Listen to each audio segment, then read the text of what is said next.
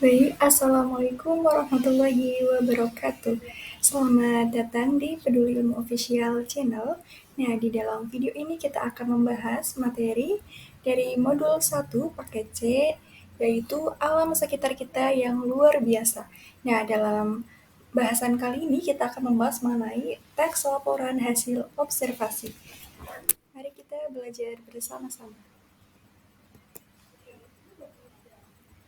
Nah, di sini terdapat peta konsepnya. Dari tes laporan hasil observasi ini kita akan mempelajari mengenai mengidentifikasi teks laporan hasil observasi, kemudian kita juga belajar menginterpretasi isi teksnya, lalu menganalisis struktur dan aspek kebahasaan, kemudian kita juga belajar untuk menulis teks laporan hasil observasi. Nah, pada kegiatan satu ini kita akan belajar mengidentifikasi ciri, tujuan, dan isi teks hasil observasi.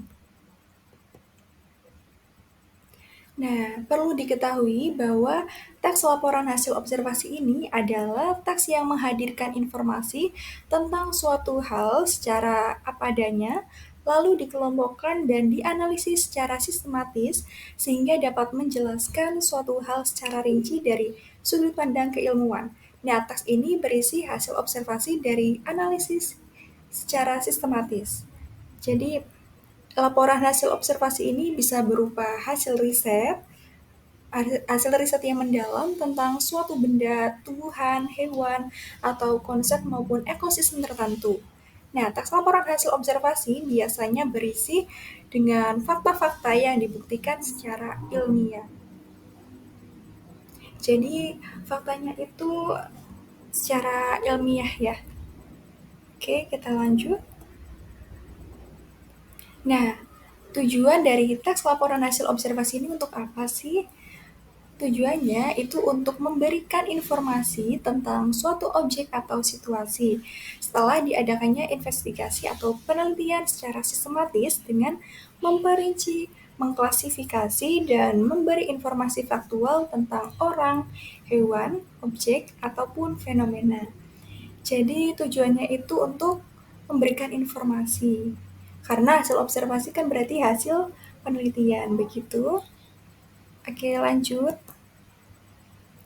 Nah, setelah kita sudah mempelajari mengenai pengertian, lalu tujuannya, kita juga mempelajari mengenai ciri-ciri dari teks laporan hasil observasi. Seperti kita ketahui bahwa semua teks itu pasti terdapat ciri-cirinya yang membedakan antara teks satu dan teks yang lain. Misalnya, teks laporan hasil observasi itu cirinya berbeda dengan teks eksposisi, begitu juga dengan teks-teks yang lain, begitu ya. Nah, di sini ciri-ciri dari teks laporan hasil observasi, yang pertama, isi yang dibahas adalah ilmu tentang suatu objek atau konsep, kemudian objek yang dibahas ini bersifat umum sehingga menjelaskan ciri umum semua yang termasuk kategori atau kelompok itu baik judul yang bersifat umum, contohnya itu pantai, museum, demokrasi. Lalu di sini juga bertujuan untuk menjelaskan dari sudut pandang ilmu. Lalu ciri yang lainnya itu objek atau hal yang dibahas itu tadi ya, yang seperti saya paparkan sebelumnya, itu secara sistematis, dirinci bagian-bagiannya, dan secara objektif. Kemudian, ciri yang selanjutnya memperinci objek atau hal secara sistematis dari sudut ilmu. Nah, sudut ilmu ini bisa berupa definisi, klasifikasi, maupun jabaran ciri objek. Baik, sampai sini sudah paham ya? Kita lanjut. Nah, setelah kita sudah mempelajari mengenai pengertian, lalu kemudian tujuannya untuk menginformasikan, kemudian tadi ada ciri-cirinya, lalu kita akan membahas mengenai kegiatan 2, yaitu menemukan gagasan pokok teks. Nah, gagasan utama atau gagasan pokok itu seperti yang sudah dipaparkan di video sebelumnya, merupakan pernyataan yang menjadi inti dari sebuah pembahasan. Jadi, dalam satu paragraf atau dalam suatu pembahasan itu pasti ada intinya, pasti ada pokok atau gagasan pokok tersebut. Nah, dengan bahasa lain, gagasan utama adalah gagasan yang menjadi dasar pengembangan sebuah paragraf. Nah, gagasan utama itu biasanya terletak pada kalimat utama. Kalimat lazimnya terdapat pada awal paragraf. Namun, gagasan pokok juga kan gagasan pokok itu dibagi tiga. Gagasan yang sesuai letaknya itu dibagi menjadi tiga, di awal, di akhir, serta di awal dan di akhir, begitu ya. Ada deduktif, induktif, dan campuran, perlu diingat. Oke, kita lanjut. Nah, cara mencari gagasan utama pada teks laporan hasil observasi, ini yang pertama, kita harus mendaftar kata-kata kunci pada teks tersebut. Misalnya mendatakan begitu ya. Mendaftar itu maksudnya kita harus mendatakan kata-kata kunci pada teks tersebut. Kemudian memetakan bagian-bagian pada teks hasil observasi. Setelah didata, kemudian dipetakan. Jadi diperinci lagi begitu.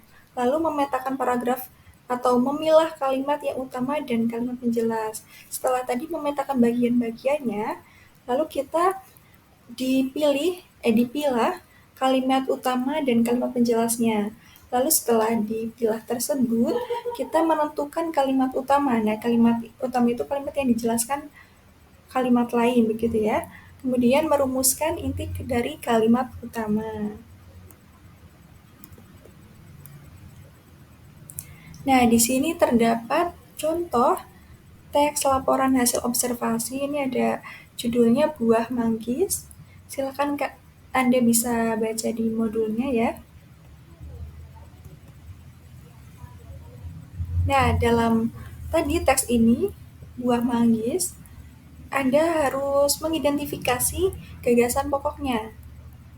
Nah, gagasan pokok itu yang pertama di paragraf 1, dari kalimat utama manggis atau Garcinia mangostana merupakan salah satu tanaman buah asli Indonesia yang terletak di kalimat utama ini, yang paragraf 1.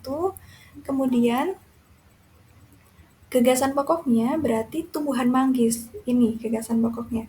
Jadi gagasan pokoknya itu kan tadi inti dari kalimat tersebut ya. Nah, ini dari manggis merupakan salah satu tanaman buah asli Indonesia, berarti gagasan intinya itu tumbuhan manggisnya.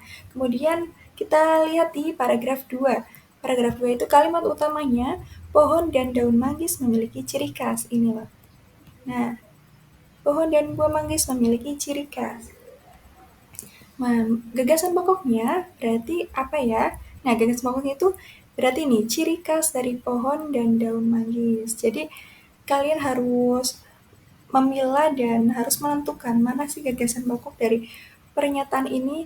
Terkadang gagasan pokok itu tidak hanya beberapa kata, tidak hanya satu kata atau dua kata, melainkan ini.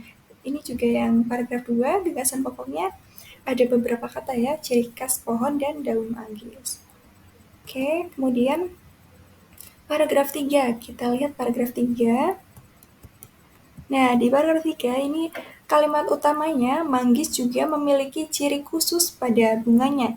Bunga manggis disebut bunga berumah dua. Nah, di sini gagasan pokoknya berarti ciri khusus dari bunga manggis.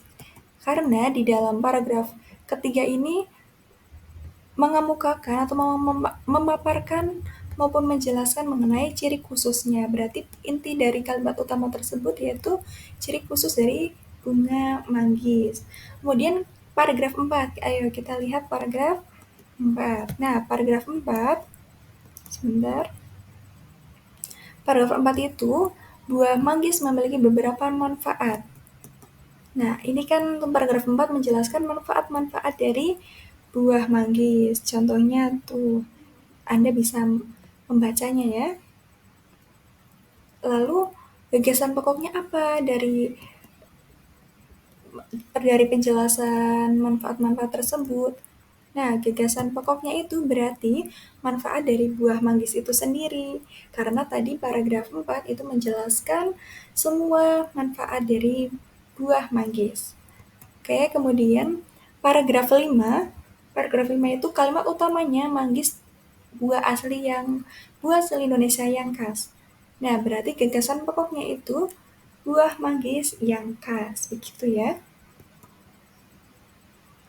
Oke, jadi kesimpulannya, teks laporan hasil observasi ini adalah teks yang menghadirkan informasi tentang suatu hal secara apa adanya, lalu dikelompokkan, kemudian dianalisis secara sistematis, sehingga dapat menjelaskan suatu hal secara rinci dan dari sudut pandang keilmuan. Kemudian, teks laporan hasil observasi ini berisi dengan fakta-fakta yang bisa dibuktikan secara ilmiah. Nah, laporan hasil observasi itu bisa berupa hasil riset mendalam tentang suatu benda, tumbuhan, hewan, konsep, atau ekosistem tertentu. Beberapa ciri dari tes laporan hasil observasi seperti yang sudah dipaparkan tadi, itu isi yang dibahas adalah ilmu tentang suatu objek atau konsep, kemudian objek yang dibahas itu bersifat umum, sehingga menjelaskan ciri umum semua yang termasuk kategori atau kelompok itu. Baik judul yang bersifat umum contohnya tadi pantai, museum, demokrasi, dan lain sebagainya. Kemudian tadi laporan hasil observasi ini bertujuan untuk menjelaskan dari sudut pandang ilmu atau ilmiah, kemudian objek atau hal yang dibahas itu secara sistematis, dirinci bagian-bagiannya dan objektif. Lalu memperinci objek atau hal secara sistematis dari sudut ilmu, baik definisi, klasifikasi, jabaran, ciri objek. Nah, tadi tujuan dari tes laporan hasil observasi itu adalah memberikan informasi tentang suatu objek atau situasi. Setelah diadakannya tadi investigasi atau observasi atau penelitian secara sistematis dengan memperinci, mengklasifikasi, dan memberikan informasi faktual tentang orang, hewan, objek, ataupun fenomena. Gagasan pokok atau gagasan utama tadi yang sudah dipaparkan dan kita sudah mempelajarinya adalah pernyataan yang menjadi inti dari sebuah pembahasan atau menjadi dasar pengembangan sebuah paragraf. Nah, dari sini kita sudah belajar ya, dari pengertian sampai gagasan pokoknya. Nah, cukup sekian dari saya. Semoga ilmunya dapat bermanfaat. Sampai jumpa di video selanjutnya. See you and bye-bye.